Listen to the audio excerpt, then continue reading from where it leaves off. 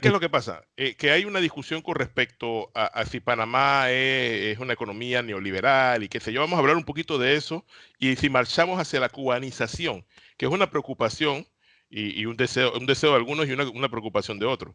Y todo esto gira en torno a temas de libre competencia y regulación que hemos estado hablando muchísimo esta semana y en estas últimas semanas con respecto a si en Panamá se está dando una sobreregulación de la economía y sobre todo cómo reactivar o reconstruir la economía post pandemia. Vamos a intentar ver si con el economista Horacio Stribi podemos avanzar en algunos y discutir algunos de estos temas que son temas muy relevantes para la vida diaria del panameño. Claro. Bien. Ok, conversábamos un poco sobre la importancia de un tema que reviste una enorme actualidad y me parece a mí una aún mayor trascendencia, que es el tema de si en Panamá marchamos hacia una economía regulada o si en Panamá hay más bien una economía que tiende hacia el neoliberalismo. Y yo diría que la discusión, en lo personal para mí, es bastante bizantina. Eh, Excepto por el hecho de que puede ser un buen punto de partida de una discusión, de un debate sobre no tanto lo que Panamá es, sino lo que pudiera ser. Y voy a dejar un poquito la filosofía a un lado y voy al grano. Eh, Durante las últimas semanas hemos visto algunas iniciativas en Panamá que algunos califican que tiende hacia la cubanización o la venezolanización de Panamá, que incluyen, entre otras cosas, entre otros elementos, la regulación, por ejemplo, de los mercados bancarios y también la regulación de los mercados en materia escolar y de impartición de educación en Panamá. Yo quisiera detenerme entonces, o empezar, por así decir, desde el principio, y es la discusión sobre si en Panamá realmente se tiende hacia una venezolanización o una cubanización de la economía por una creciente tendencia hacia la regulación, o si en Panamá, como afirman inclusive algunos economistas, eh, Panamá vive una situación de neoliberalismo acérrimo, que es el que alguna medida explica el impacto del COVID que haya sido tan alto en Panamá. Yo creo que yo desafío abiertamente y de manera pública ambas conclusiones porque, primero que nada, se basan en premisas que son falsas. Veamos por un momento la afirmación de que Panamá es una economía neoliberal, que la he escuchado con mucha frecuencia de economistas muy reputados. En Panamá en este momento existe precios que son regulados. Para bien o para mal existe un considerable volumen de subsidios.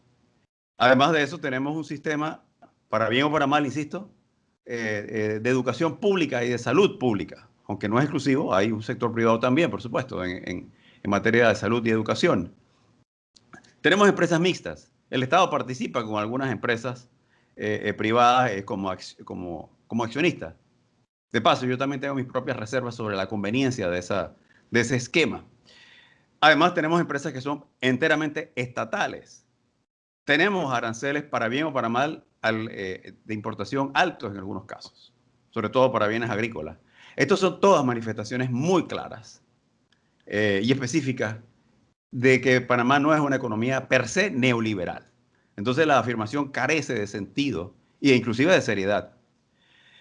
Por otra parte, también tienes características que son propias de una economía de mercado. Por ejemplo, recientemente se aprobó una ley de asociación público-privada que precisamente busca un balance entre lo privado y lo público a fin de poder desarrollar de forma más óptima y con mayor grado de flexibilidad financiera y de calidad proyectos de inversión pública. A la misma vez tienes, por ejemplo, una constitución que consagra el derecho a la propiedad privada. Tenemos concesiones de servicios públicos que se ofrecen a empresas privadas. De modo que no quisiera desgastarme en puntualizar ejemplos que al final lo que realmente demuestran es que es falso de toda falsedad que Panamá tenga una economía neoliberal per se. Es decir, una economía que tiende hacia el mercado y hacia la no intervención del Estado. Es claro que se trata de una economía que presenta características de ambas corrientes, tanto de la corriente liberal, si se quiere llamar, así como de la corriente intervencionista. Eso O es sea, importante definirlo. o sea que realmente por definición clásica, pues no somos, evidentemente, pero también por definición funcional, nosotros no permitimos que el mercado sea el que se encargue de todo, sino que nos la pasamos metiéndole la mano al mercado, a la ecuación, y tenemos un montón de cosas que distorsionan el mercado. O sea que Mira, realmente nosotros no somos una economía neoliberal. O no lo somos, liberal, porque el tema del neoliberal no me gusta esa frase, porque eso tiene otra definición subyacente, ¿no? como Este, tampoco somos, Guillermo, una economía, perdón, Javier, una economía enteramente intervenida. De hecho, de acuerdo a la Economic Freedom Index, EFI, Panamá, el índice de libertad de económica, libertad económica, que Economic tiene que ver con el Freedom liberalismo, Index, ¿verdad? Ujú. tiene que ver Con el con liberalismo, o sea. bueno, tiene que ver con un ranking a nivel mundial que establece, de acuerdo a la Fundación Heritage, qué nivel de libertad o no hay dentro de la economía de un país. Y de acuerdo a ese ranking, Panamá ocuparía el rango más o menos 50 a nivel mundial, lo cual te quiere decir que efectivamente Panamá está en una posición un poco intermedia. Si lo ves desde el punto de vista regional, Panamá ocupa el sitial número 9, el ranking 9, en comparación a países como Cuba y Venezuela, que sí están en un nivel de 31 y 32, en donde a mayor el número, mayor el grado de intervención. Entonces, yo pienso que la discusión no solamente es bizantina, sino que es improcedente, porque Panamá no es ni una economía de izquierda o de derecha, es una economía que presenta características de ambas corrientes, como se ha dicho, ¿no? En primer lugar. En segundo lugar, es una visión maniquea e incompleta e improcedente, porque en realidad lo que nos demuestra a nosotros la experiencia en el desarrollo de otros países, Javier y Guillermo, es que lo ideal es que haya una simbiosis, una interacción óptima, una sincronización en el ámbito de lo público y de lo privado. Es decir, lo ideal sería que se pudieran adoptar de las teorías de economía de mercado lo más conveniente. E igual se pudiera recurrir a los aspectos más convenientes del intervencionismo. En otras palabras, las sociedades funcionan bien en la medida en que se desarrolla un conjunto de políticas que logran mezclar de forma óptima ambos elementos. Es decir, dejar que los mercados funcionen de manera óptima y a la misma vez intervenir en aquellos casos donde realmente se justifica que se requiere que haya una intervención. Y voy a puntualizar algunos ejemplos de esto último. Por ejemplo, el Estado debe intervenir para cobrar tributos y debe asegurarse que esos tributos redundan en beneficio de la sociedad por vía de un aparato público eficiente, de un sistema de inversión nacional eficiente, de alto impacto, y donde se manejen los fondos de manera transparente. Por otra parte, hace falta que el Estado intervenga, por ejemplo, para prevenir la existencia de prácticas que no son competitivas o lo que se llama también como prácticas monopolísticas o oligopólicas, ¿no? El Estado debe intervenir para prevenir eh, que haya contaminación medioambiental y que se generen lo que en economía llamamos externalidades negativas, como por ejemplo el calentamiento global o la contaminación de un río. Es allí donde realmente hace falta la intervención del Estado. Hace falta la intervención del Estado en desarrollar una fuerza, una seguridad pública. Es decir, hay ciertos bienes públicos que por su naturaleza y servicios públicos que solamente puede desarrollar el Estado. En contraposición a Entiendo. eso, naturalmente, también es importante destacar la importancia de que los mercados funcionen de manera eficiente. Por ende, ¿qué se quiere? Un mejor gobierno, un mejor Estado y mejores mercados y que ambos funcionen de manera simbiótica.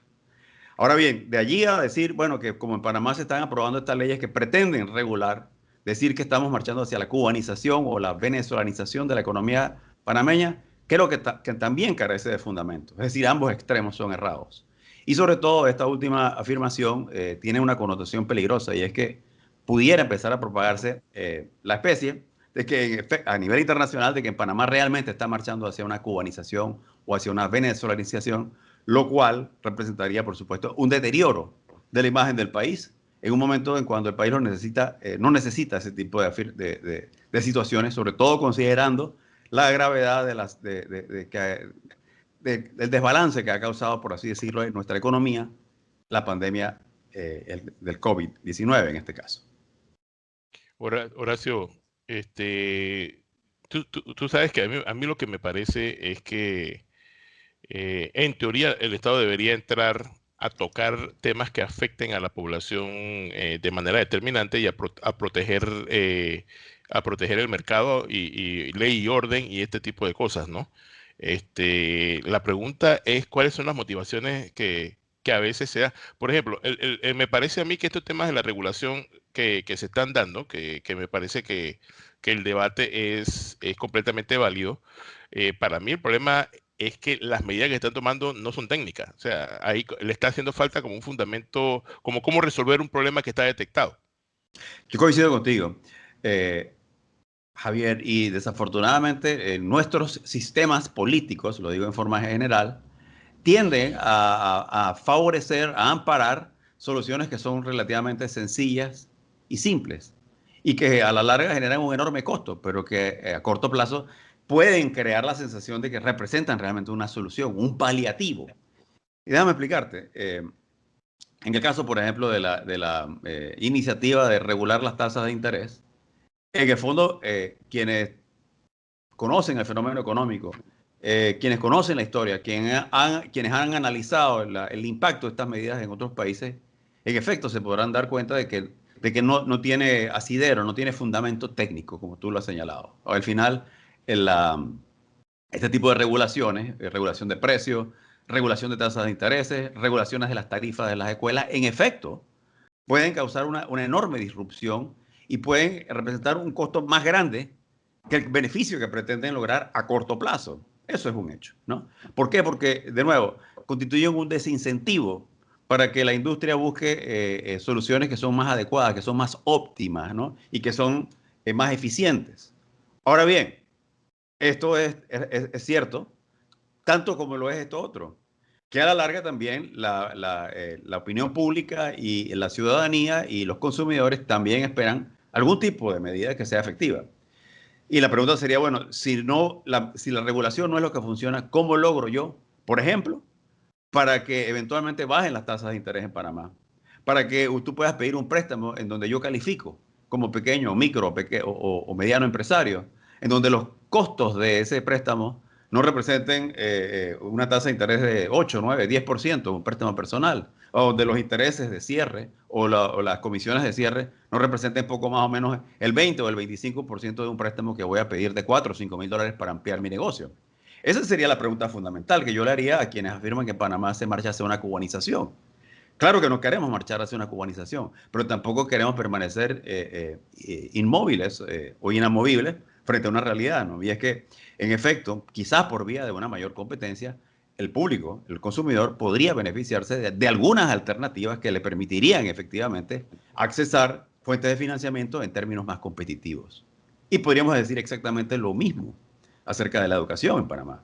Efectivamente, y lo puedo decir yo con propiedad como padre que paga escuela, y no una sino varias, que sí me gustaría ver un mayor nivel de competencia en donde yo podría optar por un número mayor un espectro mayor de escuelas y un número una oferta escolar que se acerque un poco más a los nuevos sistemas que están surgiendo en materia digital, por ejemplo, ¿no? Y que me representa a mí un ahorro en mi presupuesto en este momento.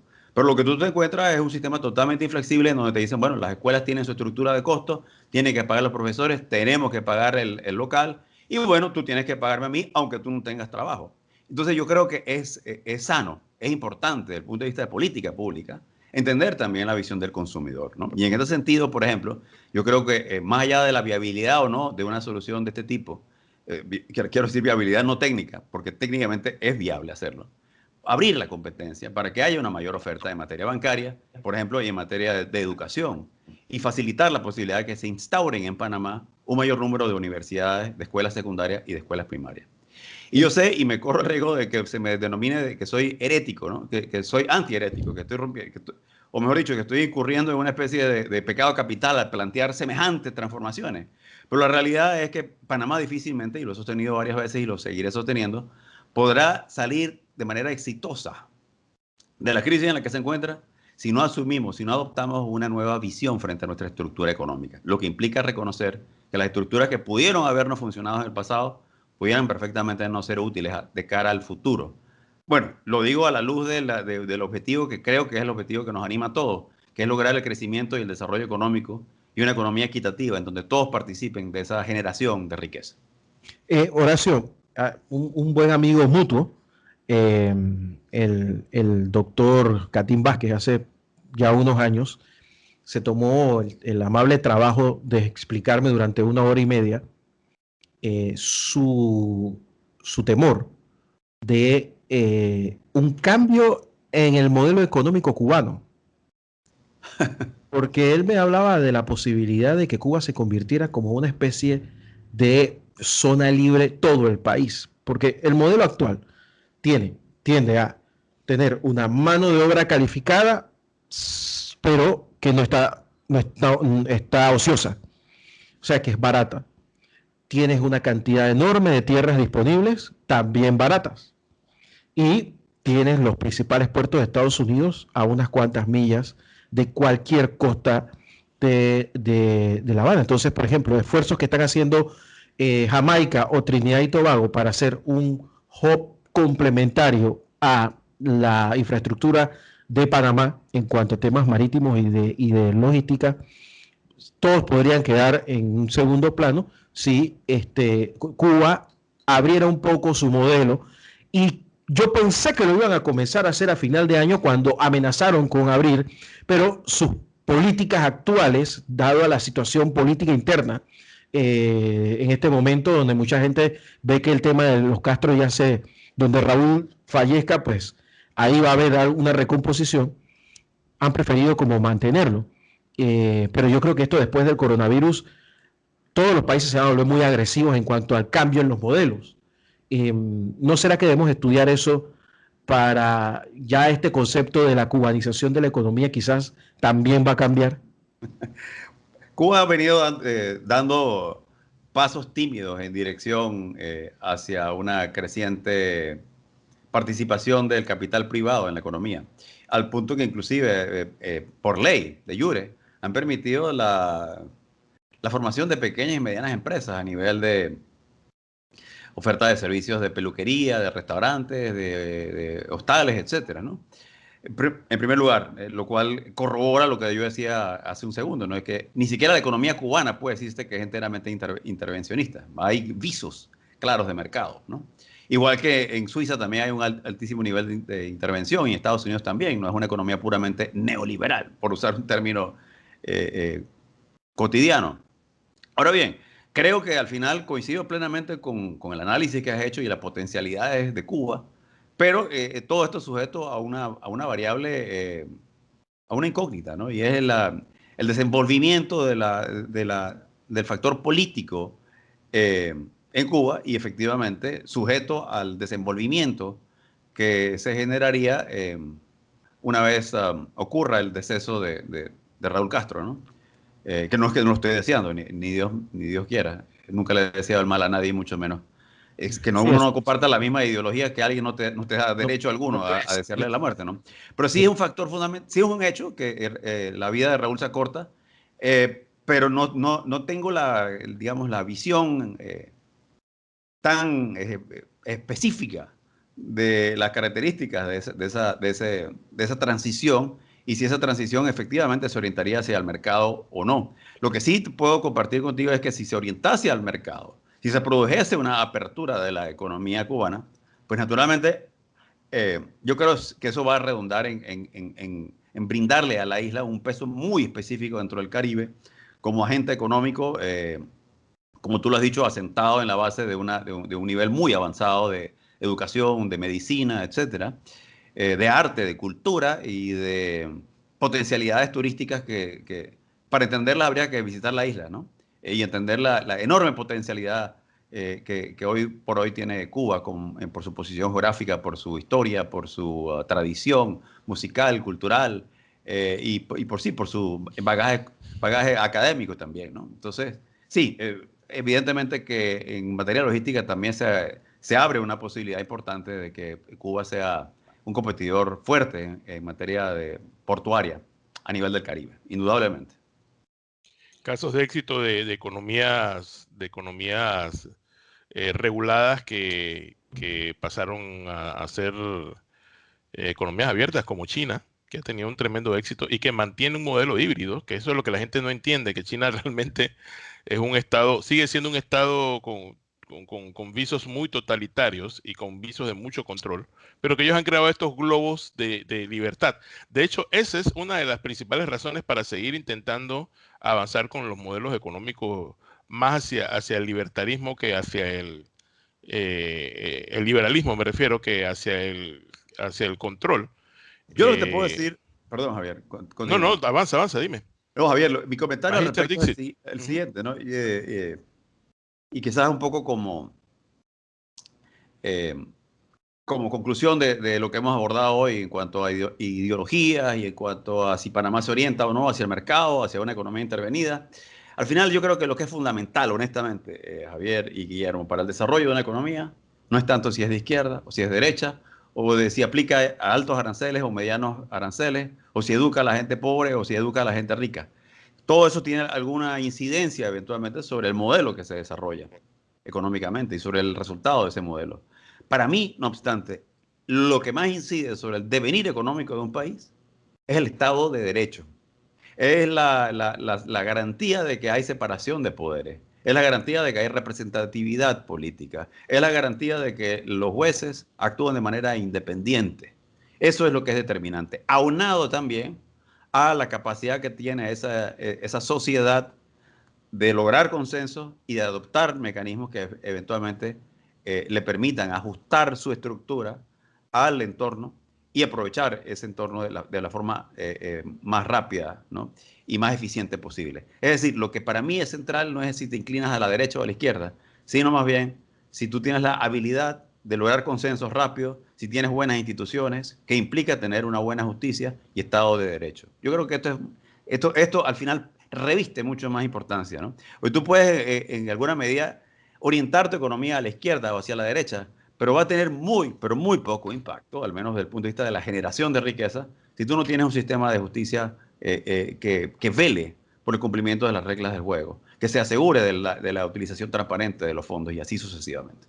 Entonces, por eso es que yo concluiría que esta es una discusión muy bizantina, improductiva, que yo exhortaría a algunos colegas economistas a desistir de ella de una buena vez, ¿no? Porque realmente creo que confunden a la población. Sí, porque encima perdemos de vista el verdadero problema, y es que hay temas que ameritan una intervención, porque hay problemas reales, verídicos, que no son problemas artificiales.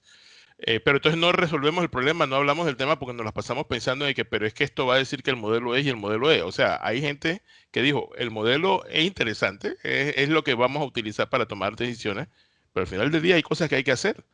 O sea, Sí, los temas que se están tratando, los temas de los intereses y los temas de la escuela, en mi opinión, se están maltratando, se están haciendo de una totalmente. manera equivocada, pero Así es. no Ese significa es mi que no sean planteamiento.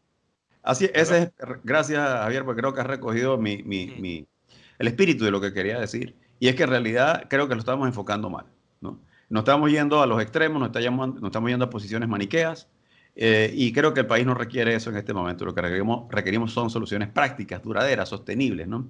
Lo otro que me llama un poco la atención sobre lo que decías, que me hace reflexionar sobre algo importante, es el hecho de que al final, digamos, lo que para mí es determinante es que el país pueda, y esto sé que suena un poco una frase trillada, yo trato de evitarlo siempre, pero yo creo que los países requieren ajustar su realidad, su modelo a su realidad, ¿no? Y con esto no quiere decir que digamos, bueno, es que Panamá es como es y no podemos cambiar. No, no me refiero a eso, sino que me refiero a que cada país representa un contexto diferente y dentro de ese contexto hay elementos que pesan más que otros. Hay países en donde, por ejemplo, quizás la educación sea más importante, quizás en otros casos sea menos. ¿Por qué lo digo? Porque tú puedes tener un país, por ejemplo, muy educado, ¿no? Y a pesar de todos los estudios que demuestran que hay una relación estrecha entre educación y desarrollo económico, también hay mucha literatura que te indica a ti que hay otros elementos que pesan mucho más que la misma educación. Por ejemplo, hay las condiciones para el desarrollo y el progreso tecnológico, hay espacios para innovación, y en ese sentido tendríamos que decir la educación constituye apenas un factor, una condición más no la única, no es un factor sine qua non. Te lo pongo en una forma un poco más ilustrada. Tú puedes tener un país en donde efectivamente has desarrollado, has masificado la educación a nivel primario, a secundaria, pero si no hay allá afuera los incentivos que se requieren, es probable que ese esfuerzo educativo no se traduzca necesariamente en un crecimiento del bienestar ni de la riqueza. Te pongo un ejemplo, ese mismo ejemplo te lo desarrollo un poco más. Un país que invierte muchísimo en educación, que efectivamente mejora sus niveles de educación. Sin embargo, cuando tú acudes al mercado laboral o tú acudes al mercado empresarial, te descubres que allí hay toda una serie de trabas, hay una serie de restricciones y descubres que hay algo que te puede traer mucho más beneficios, que es, por ejemplo, obteniendo cupos de taxi. No estoy diciendo que sea el caso de Panamá. O haciendo ejercicios de lobby político. Eso te trae mucho más. Entonces, ahí se da un fenómeno en donde, bueno, tú puedes tener toda la educación que tú quieras y la población educada que tú quieras. Pero al final, si la economía no funciona de manera eficiente, donde no hay competencia, en donde hay factores que inhiben la posibilidad de que los recursos de esa economía se asignen de manera eficiente, entonces lamentablemente allí la educación va a tener poco peso. Y yo sé que nuevamente me corro el riesgo de estar planteando algo que es herético, es una herejía decir, oh, no, la educación no lo es todo. En realidad no lo es todo. No con esto quiero decir que no tiene importancia, pero tiene tanta importancia como lo tienen otros factores, como el desarrollo de políticas que permitan mejorar la productividad y absorber ese talento y ponerlo al servicio de la causa de generar riqueza, de generar crecimiento y generar equidad. Y eso requiere ciertas condiciones que no siempre se dan. Muy cierto. Sabias palabras. Guillermo. No, yo creo sinceramente que a ver, cuando tratamos estos temas, no es que sean fáciles de comprender, pero hay que hacerlo. Y hay que hacer hacerlo de manera sostenida y hay que reiterar el mensaje. Hay que reiterarlo, hay que simplificarlo. Hay mucha gente, Horacio, tú lo sabes mejor que yo, mucha gente charlatana o hablando cosas que te las elevan tanto que nadie las comprende. Y en realidad lo que tienen es agendas ocultas, ¿no? Sí. Exacto. Y se mueve y la muchas discusión. veces el caso de los economistas que dicen que estamos en una economía neoliberal, ¿no? Porque eso concita, es una forma como de recoger, de capturar, ¿no? Digamos, el malestar, la frustración de la población que no entiende mucho de estos temas y que se siente seducido por una explicación sencilla. ¿Sí? Eso es eso. Yo sabía que la problemática del neoliberalismo. Economista no significa que tienes la razón.